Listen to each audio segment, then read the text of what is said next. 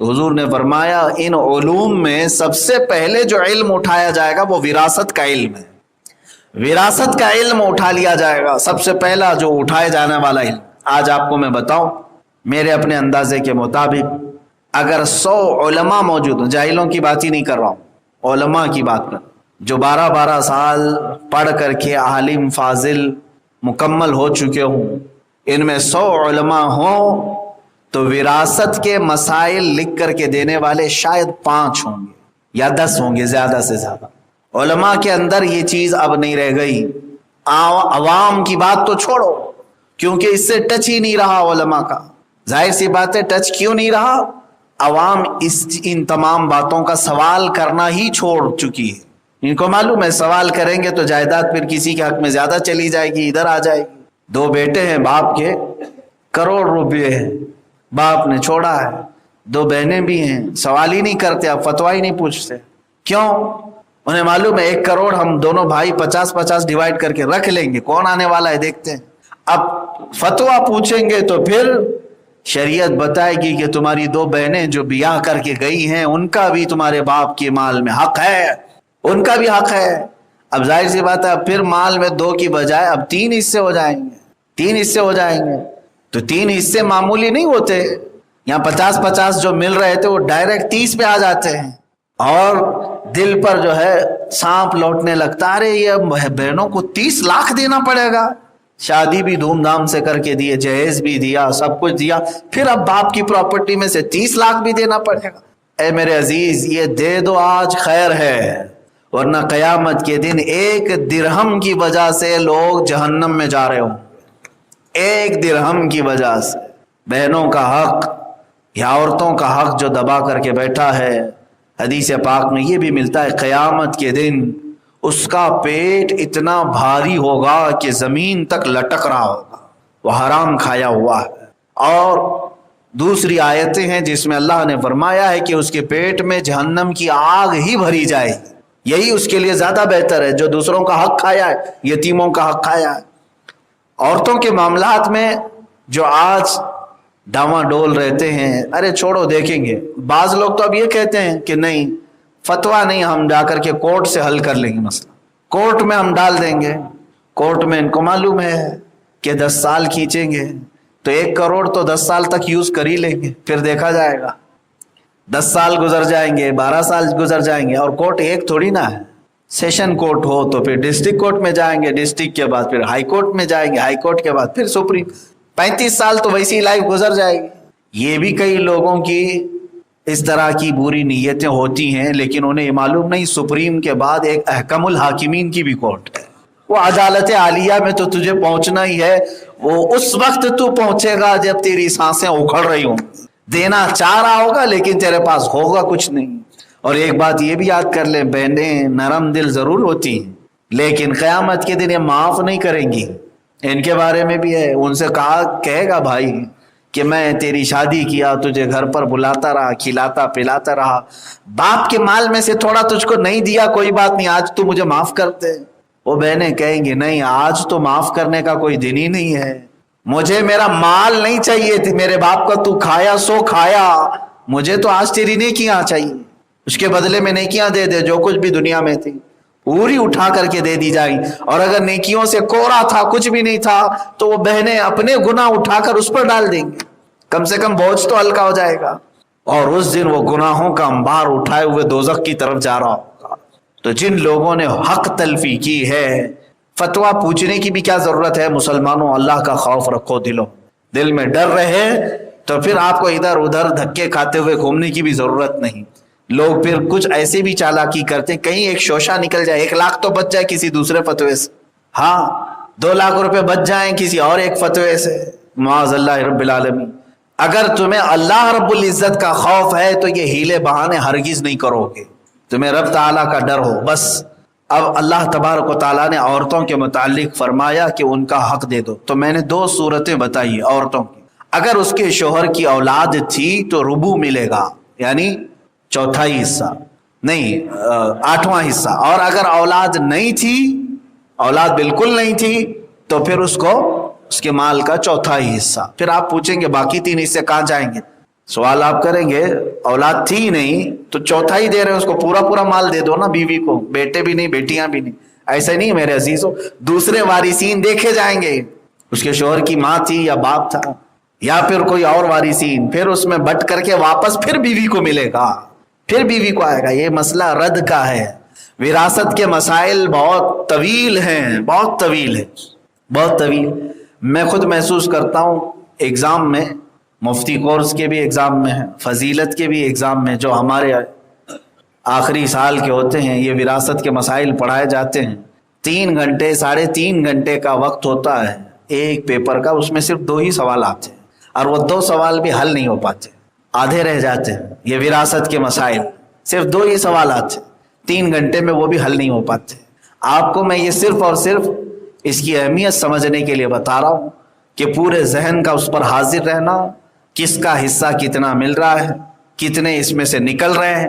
بہت ساری چیزیں ہیں، یہ سب دیکھا جائے گا کہ باپ سے پہلے بیٹے کا انتقال ہو گیا، باپ سے پہلے بیٹی کا انتقال تو نہیں ہوا، کیونکہ پھر اس کو وراثت میں حصہ نہیں ملے گا. شریعت کی بہت ساری اصول ہیں. خیر، عورتوں کے حقوق کے متعلق 2 صورتیں بتائی شوہر سے اس کو ملنے والی. اب یہ تو رہی بات شوہر سے ملنے کی، تو کیا شادی ہو جانے کے بعد عورت خالی اپنے شوہر سے ہی لے گی؟ نہیں، وہ اپنے مائکے سے بھی لے گی، اس کے باپ سے بھی اسے ملے گا. اگر عورت 70 سال کی بھی ہو جائے اور اس کے باپ کا کوئی حصہ موجود ہے تب بھی اسے ملے گا. یہ نہیں ہے کہ غیر شادی شدہ تھی، چھوٹی بیٹی ہے اس لیے اس کو دینا پڑے گا. نہیں، شادی ہو گئی ہو، وہ اماں بن گئی، وہ نانی بن گئی، وہ دادی بن گئی ہو، تب بھی وہ اپنے باپ کا حصہ لے گی. یہ قرآن کی طرف سے حکم ہے، اللہ کی بارگاہ سے. عورت اپنے باپ کی طرف سے جو اس کا ترکہ ہے وہ ضرور لے گی. اب یہاں ایک صورت آتی ہے جو مرد حضرات کرتے ہیں بہت سارے، اس مسئلے کو بھی سن لیں. عورتیں ایموشنل جلدی ہوتی ہیں اور بلیک میل بھی ہوتی ہیں. یا تو ان کا شوہر بلیک میل کرے گا، کئی جگہوں پر ایسا ہوتا ہے ایموشنل کر کے، یا تو پھر اس کے گھر والے بھائی رو دھو کر کے. کس لیے ایموشنل کریں گے؟ معاف کرانے کے. آج بھی مسلمانوں کے درمیان رائج بھی ہے کسی مفتی شرع سے، مفتی بھی کہتے ہیں فتویٰ دینے والے کو. فتویٰ لفظ کیا ہے؟ یہ عربک ورڈ ہے. فتویٰ کا مطلب ہوتا ہے کسی بھی آدمی نے سوال کیا تو اس کو دلیلوں کے ساتھ جواب دینا، اس کو فتویٰ کہتے ہیں. دلیلوں کے ساتھ جواب دینے کو کیا کہتے ہیں؟ فتویٰ کہتے ہیں. اب ہر جواب کو فتویٰ نہیں کہتے. مثال کے طور پر آپ کے ہاتھ میں گلاس بھر کر پانی تھا، میں نے پوچھا ٹھنڈا ہے یا گرم ہے، تو آپ نے جواب دیا ٹھنڈا ہے، تو اس کا مطلب یہ نہیں کہ آپ نے فتویٰ دیا ہے. آپ کے ہاتھ میں جو پانی تھا اس کی کیفیت خالی آپ نے بتائی. تو ہر سوال کے جواب کا نام فتویٰ نہیں ہوتا. فتویٰ ایک مخصوص اصطلاح ہے شریعت میں کہ جب کسی نے سوال کیا تو جواب دینے والا اس کے عقیدے کے مطابق قرآن اور حدیث کے دلائل کے ساتھ اسے جواب دے، اسے فتویٰ کہتے ہیں. بات سمجھ میں آ گئی؟ فتویٰ یہ ہے. اور فتویٰ پوچھنے کو استفتاء کہتے ہیں. آپ نے سوال مجھ سے کیا کہ عورت کے طلاق کے بعد عدت کتنی ہے، تو آپ نے یہ سوال کیا، بس میں نے جواب دیا قرآن اور حدیث کو کوٹ کرتے ہوئے. تو آپ سوال کرنے والے مستفتی کہلائیں گے، مستفتی، اور جواب دینے والا مفتی ہوگا. اب مستفتی بھی ایک گاڑھا لفظ لگ رہا ہے، یہاں مفتی ہی برابر نہیں پروناؤنسیشن ہوتا پاتا. اکثر لوگ مفتی مکتی الگ الگ الفاظ استعمال کرتے ہیں، تو مستفتی یہ تو اور بھی ہارڈ لفظ ہے. لیکن پھر بھی آپ کو اصطلاح شرع بتانا میری ذمہ داری ہے. سوال پوچھنے والا وہ مستفتی ہوتا ہے اور جواب دینے والا وہ مفتی ہوتا ہے. اب یہاں پر قرآن پاک میں آیت آئی ہے یستفتونک فی النساء. اے محبوب، یہ آپ سے عورتوں کے بارے میں فتویٰ پوچھ رہے ہیں. کون پوچھ رہا تھا؟ یہ صحابہ پوچھ رہے تھے. تو صحابہ مستفتی ہوئے، سوال کرنے والے. اب جواب دینے والا کون ہے؟ حضور پاک صلی اللہ علیہ وسلم جواب دے رہے ہیں، لیکن دلوا رہا ہے اللہ رب العزت. تو یعنی اللہ تبارک و تعالیٰ نے خود جواب دیا. تو استفتاء کا جواب اللہ تعالیٰ نے خود فرمایا. تو مفتی کا لفظ جو ہے جواب دینے کے لیے استعمال ہوا. اب دیکھیں اللہ تعالیٰ کیا فتویٰ دے رہا ہے. فتویٰ ضروری نہیں کہ ایک پہ لیٹر پیڈ پہ آئے اور لکھ کر کے دے دیں. قرآن پاک میں جب کسی نے اپنے رسول پاک سے سوال کیا تو فتویٰ رب تعالیٰ کی طرف سے آیا. کئی مرتبہ لوگوں نے سوال کیا الگ الگ معاملات. کچھ جگہوں پر اللہ نے یسألونک لفظ ارشاد فرمایا, جیسے یسألونک عن الاہلہ, اے محبوب یہ آپ سے چاند کے بارے میں سوال کرتے ہیں. یسألونک عن الساعہ, اے رسول یہ آپ سے قیامت کے بارے میں پوچھتے ہیں. یسألونک عن الروح, اے رسول یہ آپ سے سوال کرتے ہیں روح کیا چیز ہے. تو ان جگہوں پر سوال کا لفظ آیا ہے کہ آپ سے سوال کرتے ہیں. لیکن یہاں پر جو آیت آج ہم نے تلاوت کی, یہاں پر استفتاء کا لفظ ہے کہ یہ آپ سے فتویٰ پوچھ رہے ہیں. تو سوال کرنا اور ہو گیا, فتویٰ پوچھنا اور ہو گیا. اب فتویٰ جو جواب میں آئے گا وہ صرف آپ کی تسلی کے لیے نہیں ہے. مثال کے طور پر آپ نے مجھ سے سوال کیا کہ چاند شروع میں چھوٹا رہتا ہے, پھر بڑا ہو جاتا ہے, پھر چھوٹا ہو جاتا ہے, اس کی کیا حکمت ہے. میں نے جواب دے دیا. تو آپ نے صرف سوال کیا تھا اپنے دل کی تسلی کے لیے کہ معلوم کر لوں اس میں حکمت کیا ہے, جواب مل گیا. لیکن جو استفتاء ہوتا ہے وہ استفتاء دل کی تسلی کے لیے نہیں ہوتا, بلکہ جواب آئے تو اس پہ عمل ضروری ہوتا ہے. یعنی فتوے پر عمل واجب ہو جاتا ہے, کیونکہ اب وہ آپ کی شریعت آئی آپ کے پاس. یہ نہیں کہ آپ کو معلوم نہیں تھا, آپ نے سوال کیا, استفتاء کیا کہ وضو کرنے کے بعد میرے ہاتھ سے خون نکل کر کے بہہ گیا, مفتی صاحب اس کا مجھے جواب بتا دیں قرآن و حدیث کے مطابق میرا وضو رہا یا نہیں. آپ نے سوال کیا. اب جواب میں ہم نے بتایا خون کے نکل جانے سے وضو ٹوٹ جاتا ہے, وضو آپ کا ناقص ہو گیا قرآن پاک کی آیت کریمہ کے مطابق اور حدیث رسول صلی اللہ تعالیٰ علیہ وسلم کے مطابق. حضور پاک صلی اللہ تعالیٰ علیہ وسلم کے حدیث میں بھی اس کے جزئیے ملتے ہیں. تو ہم نے قرآن اور حدیث کو کوٹ کر کے اگر جواب دے دیا تو ایسا نہیں ہے کہ آپ ہنستے ہوئے ہاں دل کو تسلی ہو گئی چلے گئے, بلکہ اب آپ کو شریعت کا جواب ملا ہے, اب اس پر آپ کو عمر بھر عمل کرنا لازم ہے. فتوے کا مطلب سمجھ رہے آپ, عمر بھر اس پر عمل کرنا ہوگا. استفتاء کیا ہے تو پھر فتویٰ آنے کے بعد وہ شریعت ہے اس کے لیے. اب یہ فتوے کی اقسام اگر میں بتاؤں تو یہ لمبی ایک بحث ہو جائے گی. فتویٰ کسے کہتے ہیں اور آج اس کی شرعی حیثیت کیا ہے, فتویٰ کون صادر کر سکتا ہے کون نہیں کر سکتا, ایک بہت الگ ٹاپک ہے, ایک الگ عنوان ہے. لیکن فتوے کا احترام ضروری ہے کیونکہ فتوے کا لفظ قرآن پاک میں آیا, اللہ تعالیٰ نے اس کے متعلق فرمایا. اب لوگوں نے کیا فتویٰ پوچھا تھا حضور پاک صلی اللہ علیہ وسلم, وہ بھی سن لے. میں نے آیت کریمہ اور اس کا ترجمہ تو پڑھ دیا, شاید آپ کو سمجھ میں آ گیا ہو, پھر آپ کو تشریحاً عرض کرتا ہوں. اے محبوب یہ آپ سے عورتوں کے بارے میں فتویٰ پوچھتے ہیں, عورتوں کے بارے میں فتویٰ پوچھتے ہیں. کس بارے میں؟ عورتوں کے متعلق کیا چیز؟ عورتوں کے متعلق یہ سوال کرتے ہیں کہ ان کو وراثت میں حق ملے گا کہ نہیں ملے گا. جیسے بیویوں کو اگر ان کا انتقال ہو جائے, ان کے شوہروں کا انتقال ہو جائے تو ان کو وراثت ملے گی کہ نہیں, یا بیٹیاں ہیں لڑکیاں ہیں تو لڑکیوں کو باپ کی طرف سے وراثت ملے گی یا نہیں. یہ فتویٰ پوچھنے کے لیے حضور پاک صلی اللہ علیہ وسلم کے پاس لوگ آئے. پوچھنے کی وجہ کیا تھی؟ وجہ یہ تھی کہ ایام جہالت میں, دور جہالت میں عرب لوگ عورتوں کو وراثت نہیں دیتے تھے. مشرکین کا طریقہ تھا وہ عورتوں کو وراثت کا حق نہیں دیا کرتے. اگر کسی عورت کا شوہر انتقال کر جائے تو اس عورت کو کوئی بھی اس کے شوہر سے حصہ نہیں ملتا, بلکہ الٹا اس کو کوستے کہ تو ایسی منحوس ہے کہ تیری وجہ سے تیرا شوہر انتقال کر گیا. یہی چیز ہندوستان میں بھی تھی. جس عورت کا شوہر انتقال کر جائے اس عورت کو منحوس سمجھتے تھے کہ یہ منحوس ہے, اور اس کو گھروں میں آنے نہیں دیتے تھے. ودوا عورت کو گھروں پہ آنے نہیں دیتے. کیوں؟ سارے لوگ مل کر کے یہی کہتے کہ یہ عورت کے اندر کچھ نہ کچھ برائی ہے جس کی وجہ سے اس کا شوہر انتقال کر گیا. سارا بلیم اس عورت پر ڈالتے تھے کہ اس کے شوہر کے مرنے کی یہی وجہ ہے, یہ منحوس عورت ہے, یہ گھر میں قدم رکھی اور شوہر کا انتقال. یہ سب باتیں بناتے کون تھے؟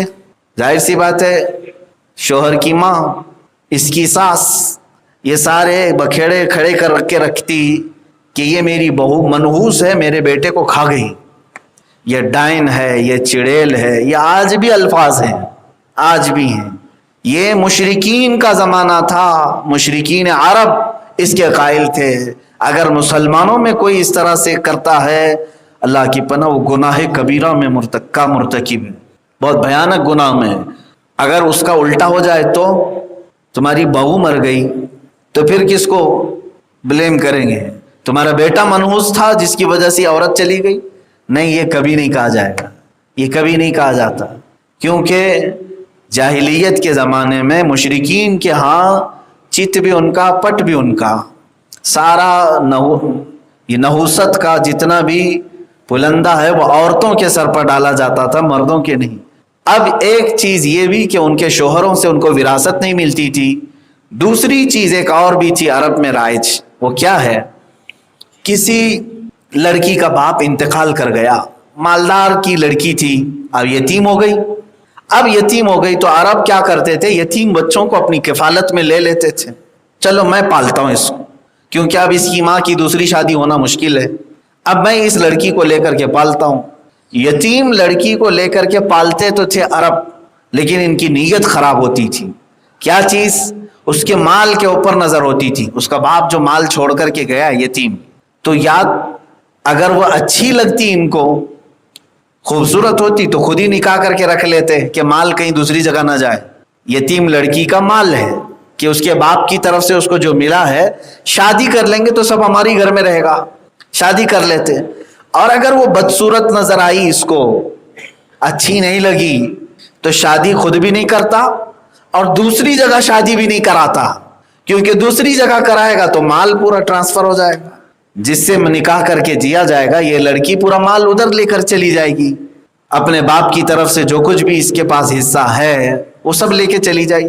یہ دو برے رسم و رواج تھے مشرکین میں، ایک تو بیوی کو اس کے شوہر کا حق نہ دینا وراثت میں، اور دوسرا یتیم لڑکیوں کو پال کر کے عرب اگر اچھی نہ لگے تو نہ خود شادی کرتے، نہ دوسروں کو شادی کروا کے دیتے، اس کے مال پر قبضہ کر کے بیٹھے رہتے، اس کے مرنے کا انتظار کرتے، پھر اس کو کسی نہ کسی بہانے سے مار بھی ڈالتے۔ تو یہ طریقہ موجود تھا۔ اس کے بارے میں سوال ہوا، اب یہی فتویٰ پوچھا گیا تھا کہ شریعت اسلامیہ، میرے آقا صلی اللہ تعالیٰ علیہ وسلم کا دین حق، یہ کیا کہتا ہے؟ دین اسلام اس مسئلے میں کیا کہتا ہے؟ تو رب تعالیٰ جواب فرما رہا ہے، زبان رسول پاک کی ہے، کلمات رب ذوالجلال کے، قل اللہ یفتیکم فیہن، تم فرما دو کہ اللہ تمہیں ان کا فتویٰ دیتا ہے۔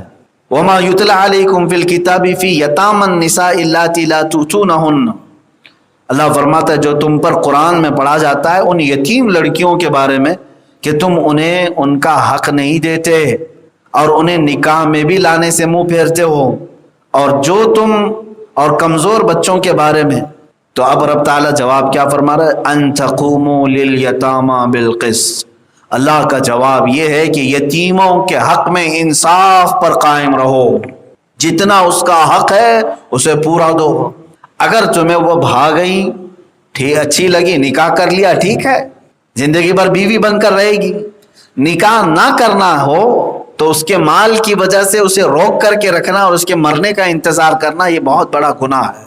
اسے یا تو دوسری جگہ بیاہ کر کے دے دو، یا پھر اس کو اس کے مال کی مالک اسے بنا دو۔ اللہ تبارک و تعالیٰ نے یہ چیزوں کے بارے میں جواب فرمایا۔ اب عورتوں کے بارے میں آگے اور آ رہا ہے، آگے کی آیت میں وَإِنِ امْرَأَةٌ خَافَتْ مِنْ بَعْلِهَا نُشُوزًا أَوْ إِعْرَاضًا فَلَا جُنَاحَ عَلَيْهِمَا أَنْ يُصْلِحَا بَيْنَهُمَا صُلْحًا، یہ الگ مسئلہ ہے، لیکن یہاں سے شریعت اسلامیہ نے عورت کو کیا حصہ دیا وہ سنیں۔ عورت دو طریقے کی وارث بنتی ہے، شوہر سے دو طریقے کی وارث بنتی ہے۔ اس کے شوہر کا انتقال ہو گیا تو شوہر کے انتقال کے وقت یا تو اس کی اولاد ہوں گی یا نہ ہوں گی۔